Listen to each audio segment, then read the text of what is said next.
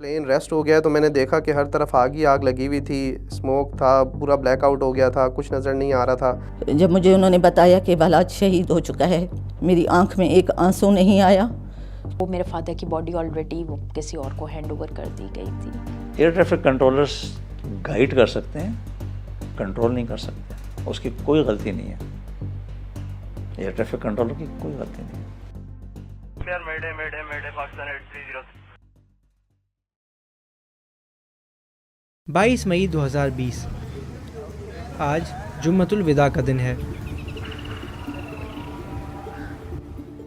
कोविड-19 की वजह से तवील अरसे तक फ़्लाइट ऑपरेशंस बंद रहने के बाद ये ईद उल फितर से पहले लाहौर से कराची जाने वाली PK 8303 है। We are comfortable now and we are out of 3,500 for 3,000 established ILS 25 left.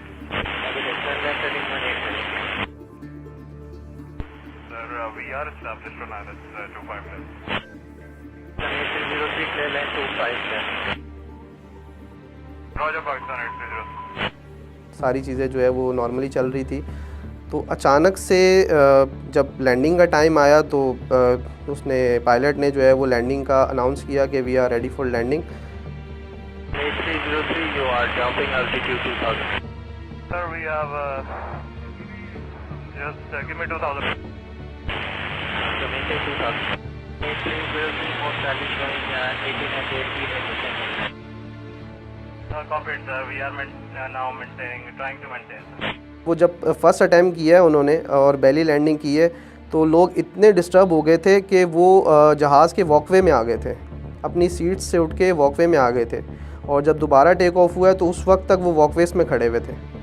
8303 approach. जी sir. Appears to be turning left. We'll proceeding back sir. We have lost engines.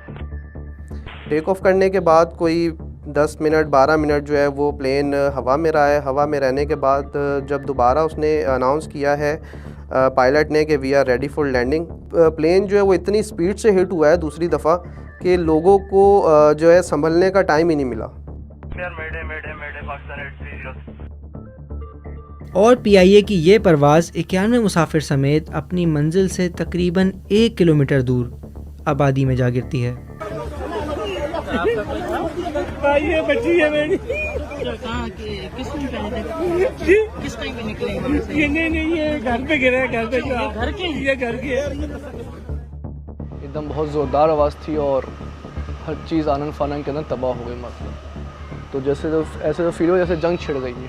सारी बिल्डिंगें लर्ज गई थी और बहुत ज़्यादा धमाका हुआ था। उसके बाद फिर धुआं और आग ही आग थी। तो फिर अंदाज़ा हुआ कि कोई जहाज़ गिर गया है तो जिसकी वजह से ये आग है। इतने में हमारा व्हाट्सएप ग्रुप जो बालाज ने खुद ही बनाया था फैमिली का, उसमें मेरे भाई की पोस्ट लगी हुई थी, plane crash 8 model colony Karachi, सिर्फ इतना लिखा हुआ था।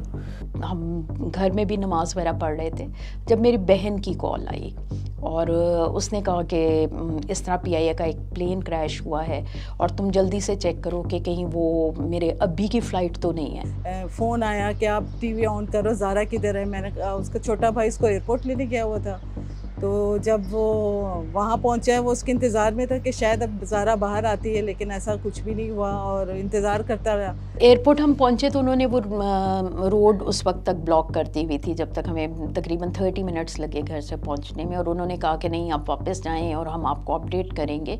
लेकिन मेरा बेटा कोशिश करके उस साइड पे निकल गया था मलीर और मॉडल कॉलोनी की तरफ। पतली पतली सी लेन्स थी, गलियाँ थी और वो घर था, आधा जहाज़ घर पे था, गिरा हुआ था, कुछ पतला सा रोड था टाइप था, वहाँ गिरा था। वह इजी अप्रोच करके ना कोई फायर ब्रिगेड जल्दी पहुँच सकती थी ना कोई, और कुछ और लोग वहाँ पहुँच चुके हुए थे और हम वहाँ काफ़ी देर जहाँ से रोड उन्होंने ब्लॉक की हुई थी वहाँ खड़े रहे और हम कोई घंटे 1.5 घंटे के बाद कोई एम्बुलेंसेस आनी शुरू हुई और वही था कि कोई प्रॉपर इन्फॉर्मेशन अवेलेबल नहीं थी उस वक्त और हम बेताबी से हर एम्बुलेंस के पीछे भागते और चेक करते कि वो किस हॉस्पिटल में गई है, वहाँ जाके चेक करते कि कहीं उसमें मेरे फादर की बॉडी तो नहीं है। कभी एडी, कभी जिना, कभी सिविल, कहीं से हमें कोई रिपोर्ट नहीं मिल सकी।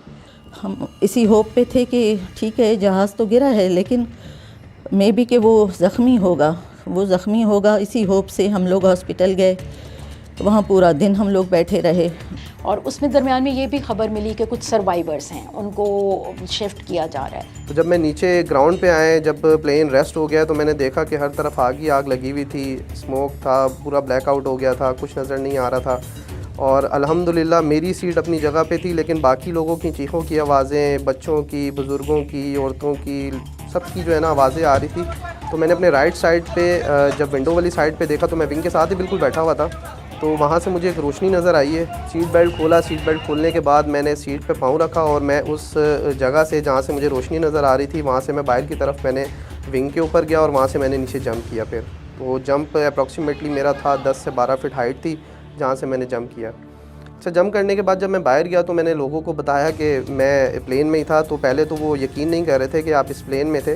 वहाँ के लोगों ने अपनी मदद के तहत लोगों को उसमें से निकालना शुरू किया और बॉडीज़ को मूव करना शुरू किया। फिर उन्होंने जो है वो एम्बुलेंस को फ़ोन किया है, एम्बुलेंस आई है और मुझे जिना हॉस्पिटल शिफ्ट की है और आधे घंटे बाद जो है मुझे फिर उसके बाद सिविल हॉस्पिटल लेके गया है। लेकिन उनके पास कोई लाहे अमल नहीं था कि पता हो कि ये इस किस्म का इंसिडेंट हुआ है तो ये बॉडीज़ को कहाँ लेके जाना है। कुछ दारुल सेहत की तरफ भाग रहे थे, कुछ सिविल हॉस्पिटल की तरफ भाग रहे थे, कुछ जिना हॉस्पिटल की तरफ भाग रहे थे, कुछ कह रहे थे कि CMH में जो कि करीब है वहाँ पे लेके जाया जाए। मैं खुद बहुत ज़्यादा शौक में आ गई थी कि एकदम से कैसे हो गया, नहीं यानी कि मैं एक्सेप्ट ही नहीं कर पा रही थी।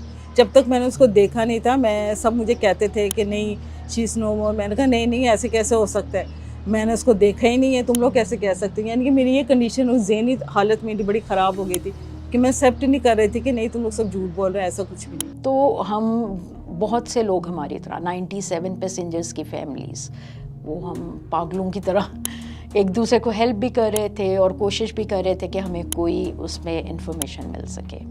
बल्कि मैंने इतना तक कहा कि मैं समझ सकती हूँ जहाज़ गिरा है, आग भी लगी है, लेकिन जिस भी कंडीशन में मेरा बेटा मुझे दिखाएं, मुझे मिलवाएं, क्योंकि 5 माह से हम लोगों ने एक दूसरे को नहीं देखा था, वीडियो कॉल पे भी। तो मुझे सब रिश्तेदारों ने कहा कि ठीक है आप घर जाएं, हम लेके आते हैं बालाश को। और इसका आलम अगले 3 दिन तक रहा। यानी हम कॉल करते थे, PIA के हेल्प डेस्क से हमें कॉल आती थी, हर दफ़ा क्वेश्चंस पूछे जाते थे, वो आपके कौन थे, उन्होंने कौन से कपड़े पहने हुए थे। ईदी गए, वहाँ पे हमने बॉडीज़ को अच्छी तरह चेक किया 6 times. My son did it 6 times कि जितनी बॉडीज़ थी उनको चेक किया और उसके बाद हमने अपने फादर की बॉडी आइडेंटिफाई की। और जब उन्होंने हमें कहा छिपा पे कि आप ऐसा करें कि आप जिना हॉस्पिटल चले जाएं और वहाँ जाके वो ये नेशनल डिज़ास्टर मैनेजमेंट की टीम आई हुई है, आप उनसे कांटेक्ट करें और वहाँ पे आपको कुछ पेपर वर्क करना होगा और उसके बाद आके आप बॉडी क्लेम कर सकते हैं। लेकिन फिर 1 दिन के बाद हमें पता लगा कि उसकी यानी कि ईदी में है। वहाँ से फिर हम लोग गए, वहाँ जाके हमने उसे शिनाख्त किया और फिर उसको हमने दफनाया ईद वाले दिन, ईद के पहले दिन। मगरिब के ऐन करीब जो है बालाश की बॉडी मेरे भाइयों को मिली और मैंने जब मुझे उन्होंने बताया कि बालाश शहीद हो चुका है, मेरी आंख में एक आंसू नहीं आया, क्योंकि 1 हफ़्ता पहले ही बालाश ने जो शोधा के वर्षा को जर्नल्स तमगे देते हैं, सल्यूट करते हैं, वो मूवी जो है वो वीडियो भेजी थी अपने उसी व्हाट्सएप ग्रुप में और मुझे नीचे लिखा था कि mama you are brave mother in this whole universe. मैं कभी शहीद हो जाऊंगा तो मेरे सामान इसी तरह आपने लेने हैं और my dreams my army chief salute you इंशाल्लाह। तो मैंने उसको यही कहा कि बालाश और आप बहादुर माँ हैं। मैंने कहा ठीक है मैं बहादुर माँ हूँ, लेकिन इतनी बहादुर नहीं हूँ कि तुम मेरे साथ इस तरह की बातें करते हो। अल्लाह का शुक्र है उसका चेहरा बिल्कुल क्लियर था और वो देखते ही पहचाना जाता था कि ज़ारा है, क्योंकि वो उसके जो कपड़े वगैरह थे वो मुझे पता था कि कौन से पहन के गई है, तो मैंने उससे शनाख्त से कर लिया।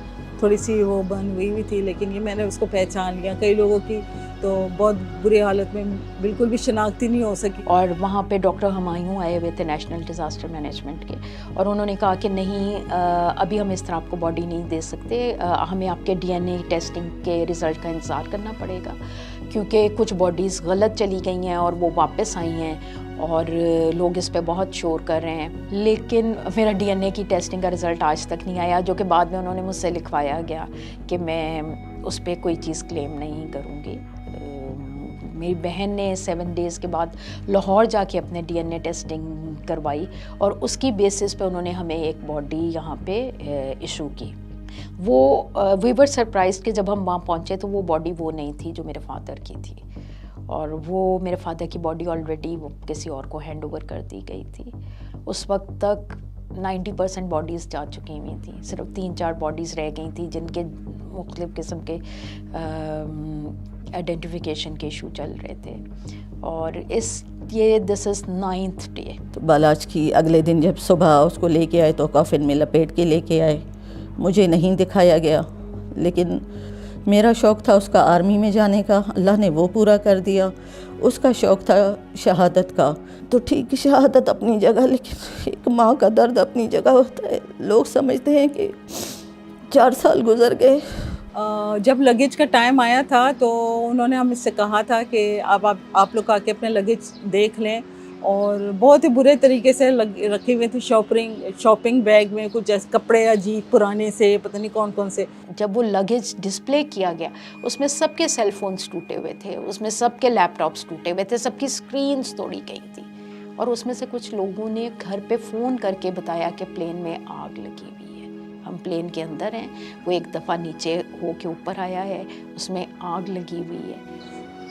कुछ लोगों का सामान मिला, कुछ का नहीं, लेकिन मुझे मेरी बेटी का आईडी कार्ड और उसका दुबई इस्लामिक बैंक का कार्ड और उसका आगा खान का कार्ड बना हुआ था, वो तीनों चीज़ें मिली। थोड़ी सी कर्ल हुई हुई थी, टर्न हुई हुई थी, लेकिन वो मुझे वहाँ से मिली थी। बाकी उसके अलावा कुछ भी नहीं मिला। हालांकि वो मुझे बता रही थी कि उसके अंदर कैश भी था, वो जब शूट करके वहाँ से आ रही थी उसके पास कैश भी था, लेकिन वो पर्स थी ना, पता नहीं जिस तमाम चीज़ें, छोटा वो पर्स होता है, वॉलेट होता है, उसके अंदर होता है, वॉलेट ही नहीं था। ये चीज़ें कैसे निकल आई, बाकी चीज़ें कैसे गईं, कुछ समझ में नहीं आ सका। बस हम लोग इसी तरह कंफ्यूज ही रहे हम लोग।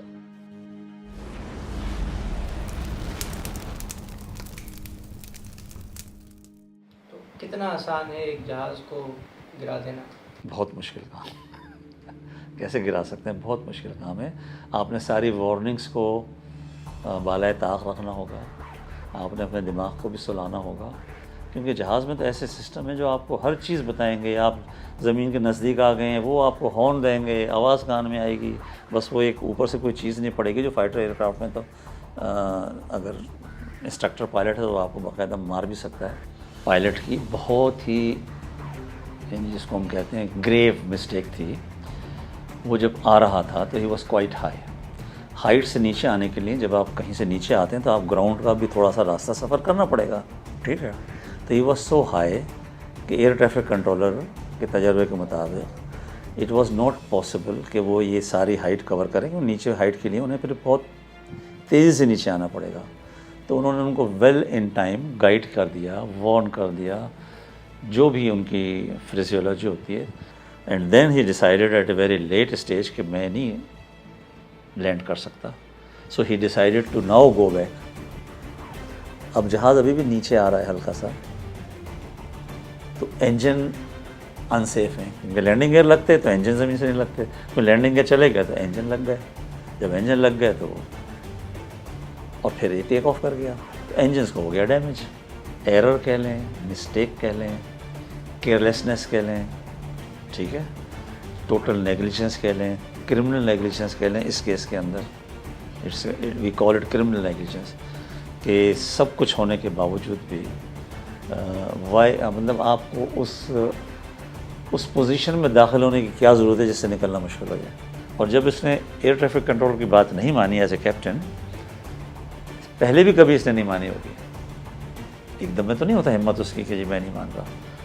एयर ट्रैफिक कंट्रोलर्स गाइड कर सकते हैं, कंट्रोल नहीं कर सकते, उसकी कोई गलती नहीं है। एयर ट्रैफिक कंट्रोलर की कोई गलती नहीं है।